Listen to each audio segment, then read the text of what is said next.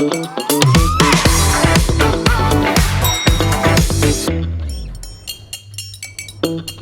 இல்லாம colour print பண்ணுங்க, அதுவும் மிக குறைஞ்ச விலையில. Epson eco tank printers. இது வெறும் ஃபேபுலஸ் இல்ல, இது டோட்டலி பிரிண்டபிளஸ். மாண்புமிகு நாடாளுமன்ற மாநிலங்களவை துறை தலைவர் அவர்களுக்கு வணக்கம். 2025-26 ஆண்டின் நிதியாண்டிற்கான கூடுதல் மானிய கோரிக்கைகள் தொடர்பான விவாதத்தில் பங்கேற்று எனது முதல் நாடாளுமன்ற உரையை வழங்க வாய்ப்பளித்தமைக்கு என் முதற்கண் நன்றி. செம்மொழியாம் தமிழ்.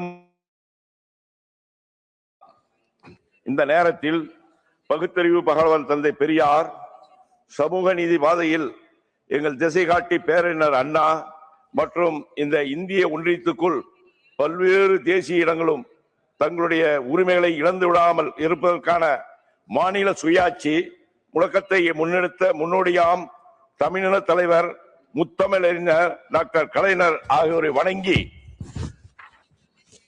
அவரின் வழி நின்று வரலாற்று சிறப்புமிக்க திராவிட முன்னேற்ற கழகம் என்ற மாபெரும் இயக்கத்தினுடைய இமயம் 8 கோடி தமிழினத்தின் இனமான தலைவராக, இந்தியாவிற்கு எடுத்துக்காட்டாக நம்பர் 1 முதல்வராக தமிழ்நாட்டை வழிநடத்தும் திராவிட நாயகர், உலக தமிழர்களின் ஒற்றை நம்பிக்கை, திராவிட மாடல் முதல்வர், எங்கள் குடும்ப தலைவர் மாண்புமிகு முத்துவேல் கருணாநிதி ஸ்டாலின் அவர்கள் தமிழ்நாட்டில் சேலம் மாவட்டம் அதிகாரிப்பட்டி கிராமத்தில் பிறந்த இந்த எளியோனை யார் என்று தெரியாத என்னை ஊர் நின்று பார்க்க இந்திய திருநாட்டின் ஜனநாயக தூணான பாராளுமன்றத்திற்கு அனுப்பி வைத்தமைக்கு முதற்கண் எனது கோடான கோடி நன்றியை காணிக்கையாக்கி, அதுபோல வருங்கால திராவிட இயக்கத்தின் மேலெடுத்து செல்லும் இருக்கும் எங்கள் மாண்புமிகு தமிழ்நாடு துணை முதலமைச்சர் திரு உதயநிதி ஸ்டாலின் அவர்களுக்கும், திராவிட முன்னேற்ற கழகத்தின்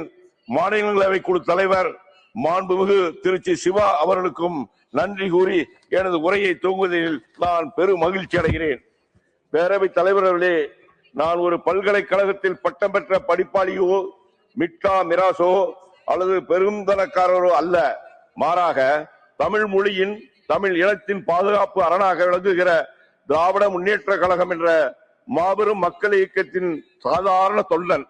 என் இயக்கத்தின் மீதும் என் தலைமை மீதும் நான் வைத்திருக்கின்ற மாறா பற்றும் விசுவாசமும் தன்னலமற்ற உழைப்பும் மட்டுமே எனக்கான தகுதி. ஆகவேதான் உழைப்பு உழைப்பு உழைப்பு என்று உழைப்பாலே உயர்ந்து நிற்கிற என் உயிர் மூச்சான தலைவர் என் உழைப்பை மதித்து, என் விசுவாசத்தை மதித்து இந்த மாபெரும் அவைக்கு என்னை அனுப்பி வைத்துள்ளார்.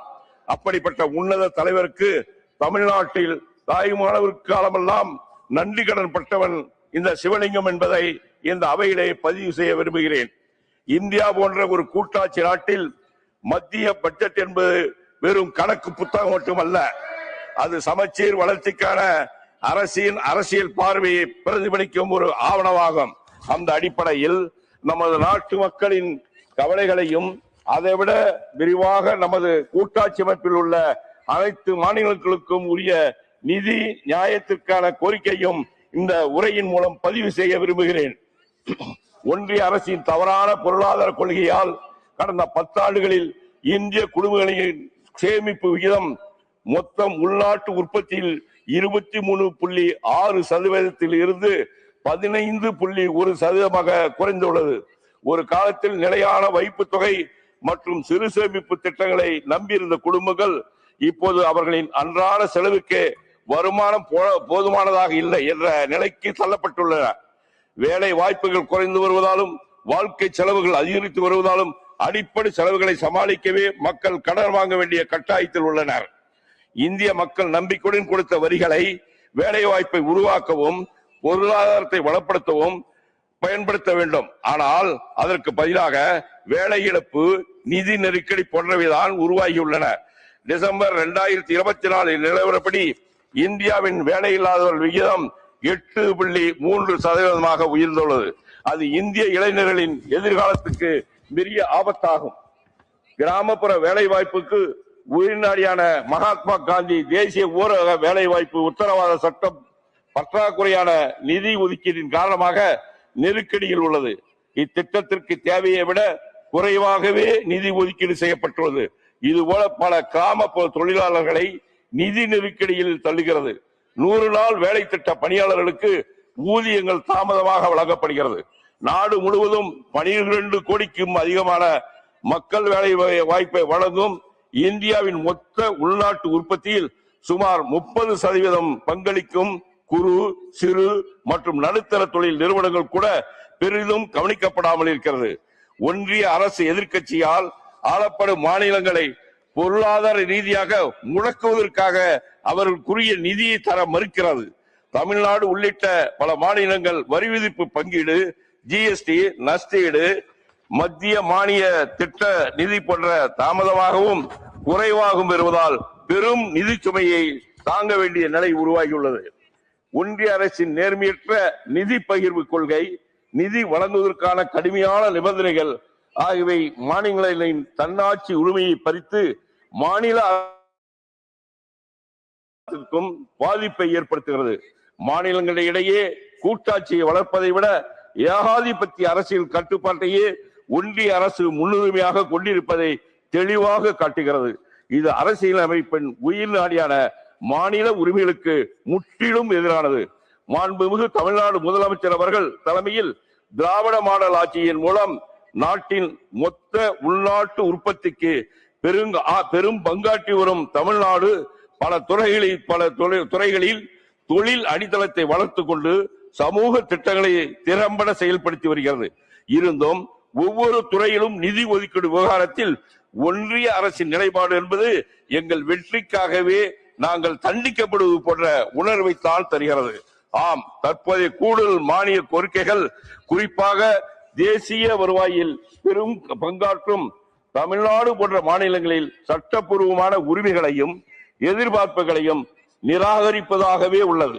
தமிழ்நாடு என்றென்றும் சமூக நீதி, கூட்டாட்சி உரிமைகள் மற்றும் எல்லோருக்கும் எல்லாம் என்ற வகையிலான வளர்ச்சிக்கு முன்மாதிரியாக திகழ்ந்து வருகிறது. ஆனால் தேசிய வருவாயில் அதிக பங்காற்றும் தமிழ்நாட்டுக்கு வழங்கப்படும் மத்திய வரி பங்கு தொடர்ந்து குறைக்கப்பட்டு வருகிறது. 15வது நிதி கமிஷன் கீழ் தமிழ்நாட்டுக்கான வரி பங்கீடு வெறும் 4.079% குறைந்துள்ளது. இதனால் நிதி சுமை அதிகரித்து பேரழிவுக்கு எதிரான நிவாரண நடவடிக்கைகளை செயல்படுத்துவதில் கூட பெரிய சவால்களை சந்திக்க வேண்டிய நிலைக்கு தள்ளப்பட்டிருக்கிறது. குறிப்பாக தமிழ்நாடு 82% கல்வி அறிவு விகிதத்துடனும் 51.4% உயர்கல்வி சேர்க்கை விகிதத்துடனும் கல்வி வளர்ச்சியில் இந்தியாவின் முன்னணி மாநிலங்கள் ஒன்றாக உள்ளது. ஆனால் தேசிய கல்வி 2020 எனும் பாஜகவின் தவறான கல்விக் கொள்கையை ஏற்க மறுத்ததற்காக சமரசக் சிக்ஷா அபியான் திட்டத்தின் கீழ் தமிழ்நாட்டுக்கு வழங்கப்பட வேண்டிய 2000 கோடிக்கு அதிகமான நிதி நிறுத்தி வைக்கப்பட்டுள்ளது. இது கல்வி உரிமை சட்டம் 2009 அமலாக்கத்தையும் கடுமையாக பாதித்துள்ளது. இந்த ஆண்டு கல்வித்துறைக்காக ஒதுக்கப்பட்ட நிதி 1,28,609 கோடி ரூபாய். இது கடந்த ஆண்டு திருத்தப்பட்ட மதிப்பீட்டை விட 13% அதிகம் என்றாலும் கல்வியில் சிறந்த தமிழ்நாடு மட்டும் தொடர்ந்து வஞ்சிக்கப்படுகிறது.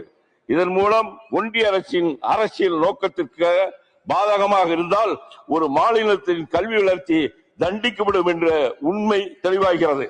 எதிர்பாராத செலவுகள், புதிய திட்டங்கள் அல்லது பட்ஜெட்டில் கணிக்கப்படாத பேரிடர் போன்ற செலவினங்கள் ஆகியவைதான் முக்கியமாக ஒரு நிதியாண்டில் அரசுக்கு ஏற்படும் கூடுதல் செலவுகளை சமாளிக்க சமர்ப்பிக்கப்படும்.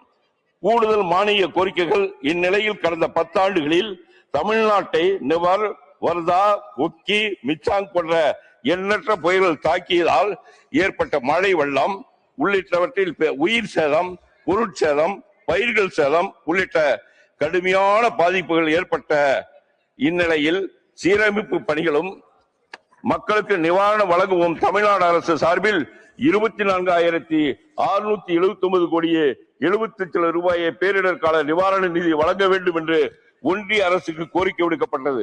ஆனால் கடந்த 10 ஆண்டுகளில் வெறும் 4,136 கோடி ரூபாயை நிதியை மட்டும் வழங்கியுள்ளது. ஒன்றிய அரசு அதாவது வெறும் 17% மட்டுமே விடுவிக்கப்பட்டுள்ளது. அடுத்து பொது போக்குவரத்தில் முக்கியமான அங்கம் வகிக்கும் ரயில்வே பட்ஜெட் ஒதுக்கீட்டிலும் பாரபட்சம் பிற ரயில்வே துறையை காட்டிலும் தெற்கு ரயில்வேக்கு மிக குறைந்த அளவில் நிதி மட்டும் ஒதுக்கப்பட்டிருக்கிறது. மெட்ரோ ரயில் திட்டங்களை வழங்குவதிலும் தமிழ்நாட்டை ஒன்றிய பாஜக அரசு தொடர்ந்து புறக்கணித்து வருகிறது. சென்னை மாநகரத்தின் வளர்ச்சி மிகு கட்டமைப்பின் மற்றொரு அடையாளம் தான் தலைநகரில் அதிவேக பயணத்தை நிகழ்த்தி கொண்டிருக்கும் மெட்ரோ ரயில் கட்டமைப்பு. அதன் இரண்டாம் கட்ட பணிக்கான நிதி எத்தனையோ முறை வலியுறுத்தியும் இதுவரை விடுவிக்கப்படவில்லை. நாடு முழுவதும் நகர போக்குவரத்தை மேம்படுத்தும் நோக்கில் பல மாநிலங்கள் மெட்ரோ ரயில் திட்டங்களை முன்மொழிந்து வரும் நிலையில் தமிழ்நாட்டில் தென்னிந்தியாவின் மான்செஸ்டர் என அழைக்கப்படும் தொழில் நகரமான கோவை மற்றும் கோவில் நகரமான மதுரை ஆகிய மாநகர்களுக்கு மெட்ரோ ரயில் சேவையை தொடங்குவதற்காக கோவையில் 39 கிலோமீட்டர் தூரத்திற்கு ரூபாய் 10,740 கோடி செலவிலும், மதுரையில் சுமார் 32 கிலோமீட்டர் தூரத்திற்கு ரூபாய் 11,368 கோடி செலவிலும் விரிவான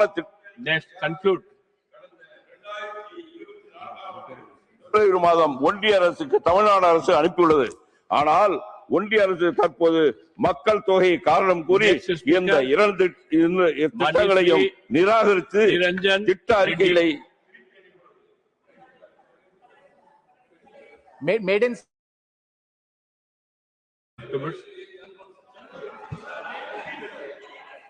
आगे उनकी बात आ गई वो विषय अब आधे मिनट में बात करो हाफ मिनट மாநிலங்களில் ஒன்றாகவும் வசூலில் செல்வது பெரிய பங்களிப்பாகவும் தமிழ்நாடு திகழ்கிறது. 2024-25 ஆண்டில் தமிழ்நாட்டின் மாநில உள்நாட்டு உற்பத்தியில் 17 லட்சம் கோடியை தாண்டி 11.19 வளர்ச்சியை கடந்து இரட்டை இலக்க வளர்ச்சி அடைந்த ஒரே மாநிலமாக பதிவாகியுள்ளது என்பது சீரற்ற கல்வி, சுகாதாரம், தொழில் வளர்ச்சி மற்றும் நலத்திட்டங்களில் இயக்கமும் அதனுடைய தொடர்ச்சியான திமுக ஆட்சியும் தொடர்ந்து முழுவதில் செய்து. எனவே மாண்புமிகு தலைவர் அவர்களே, தமிழ்நாடு எவ்விதத்திலும் யாரையும் யாசித்து எதையும் கேட்கவில்லை. நாங்கள் கேட்பது நாட்டுக்காக.